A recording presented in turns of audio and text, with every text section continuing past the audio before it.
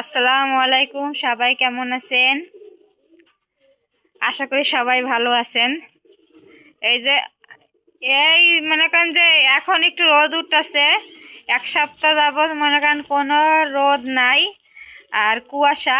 তো দেখেন খালি যখনই মনে করেন যে বেলায় 1টা বাজে তখন একটু রোদ ওঠে।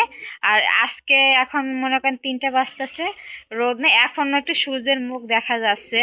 ওই যে দেখেন, দেখা যাবে কিনা অল্প একটু মনে করেন যে সূর্য দেখা যাচ্ছে হয়তো। আর ভাবতাছি আমার মানে বরিশালের ঐতিহ্য একটা খাওয়া আছে, মানে খাবার জিনিস, ওটা হলো আমরা মরিদা বলে নাম ওইটার।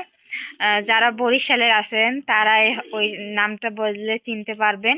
আর ওটা কিন্তু খাইতে কিন্তু খুবই মানে ভালো লাগে, খুবই সুস্বাদু একটা জিনিস।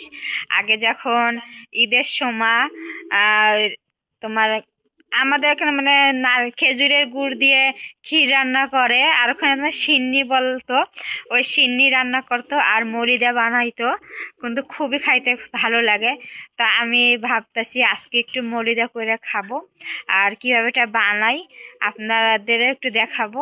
তাহলে আমি এখন মুড়িটা বানাবো, আসেন দেখেন। এই তো আমি আমি মুড়িটা বানানোর জন্য এখানে নারকেল কোড়া নিছি, আর এখানে হলো চালের আটা, আর এখানে গুড় নিছি, খেজুরের গুড়, আর এখানে হলো যে আদা মানে বেটে নিছি। এটা কিন্তু কোনো চুলায় যাইতে হবে না রান্না করার জন্য, এই জায়গায় তৈরি করে জায়গায় বসেই খাইতে পারবেন। তা আমি কিভাবে বানাই মরিদাটা আপনারা দেখেন। এই তো আমি মরিদাটা বানানোর জন্য একটা চামচ নিয়ে নিছি, আর নিছি একটা ছোট্ট একটা মানে হাঁড়ি।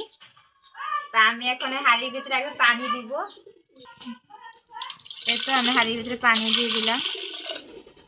আমি এটা অল্প করে বানাবো, যেহেতু আমার লোক কম, খাওয়ার কোনো তেমন একটা মানুষ নেই। আমি খাবো, আমার মেয়ে 2টা খাবে। সবাই কিন্তু এই জিনিসটা মনে করেন খায় না, যারা পছন্দ করে তারাই খায়। এখন আমি চালের আটাগুলো দিয়ে দিব।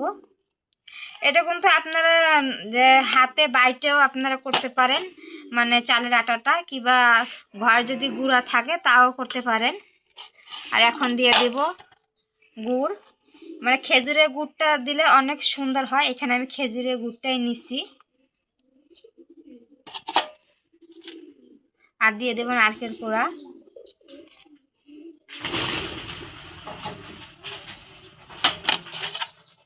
আর দিলাম আদা। আদাটা একটু থেতলাই নিছি। এই আদাটা যখনই মানে মুখ, এই আদার ফ্লেভারটা কিন্তু খুবই ভালো লাগে খাইতে।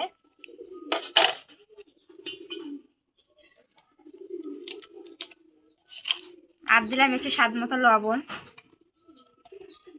আর কিন্তু কিচ্ছু করা লাগবে না, এখন খালি নাড়লেই হবে।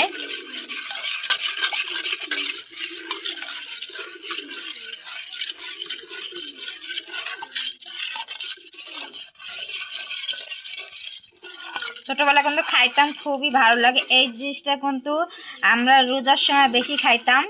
এখন তো ঠান্ডার সময় সবসময় খাওয়া যাবে, কিন্তু গরমের সময় খাইলে কিন্তু খুবই ভালো লাগে। ফ্রিজে রাইখে দিয়ে ঠান্ডা হইলে খুবই ভালো লাগে খাইতে। আমরা এটা রোজার সময় মনে করেন যে দুপুরের দিকে বানায় রাখতাম, তারপর ইফতারের সময় খাইতাম, খুবই ভালো লাগতো। এই দেখেন আমি কিন্তু খুব সুন্দর করে এটা গোলাই নিছি, আর কিন্তু অনেক পাতলা হয়েছে, কিন্তু এটা কিন্তু পাতলাই খায়। আর এখানে আমি একটা গিলাস নিয়ে নিছি, আপনাদের একটু খেয়েও দেখাই।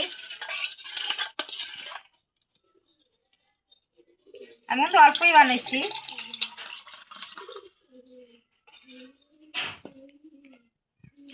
আর এই যে দেখেন আমার হাতে কিন্তু মুড়ি।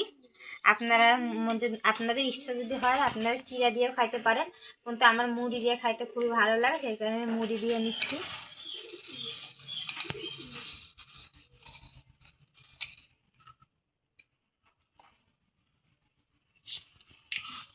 এই তো আমার রেডি হয়ে গেল।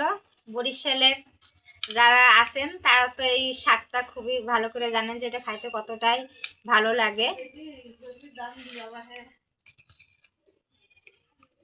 বিসমিল্লাহ। খাইতে কিন্তু অনেকই ভালো লাগতেছে। আর যারা এটা খায় তারাই একমাত্র বুঝতে পারেন যে এটা কতটা ভালো লাগে খাইতে। আর যারা খায় না তারা তো বলবে যে কাঁচা আটা খাচ্ছে। তাই কাঁচা আটা খাচ্ছি আমি, সেই কারণে কিন্তু এটার ভিতরে আমি আদা দিয়ে নিছি, যেন যাতে পেট খারাপ না করে। আদাই কিন্তু হজম করবে। আদার ঘ্রাণটা কিন্তু খুবই ভালো লাগে, আর আদা দিয়ে খাইতে কিন্তু খুবই ভালো লাগে। এই যে চুলার কাছেও যাওয়া লাগলো না, খুব সহজে বানাই ফেলাইলাম আমি মরিদা। আপনাদের ভালো লাগলে আপনারাও বানায় খায়েন। সবাই ভালো থাকেন, সুস্থ থাকেন, আল্লাহ হাফেজ।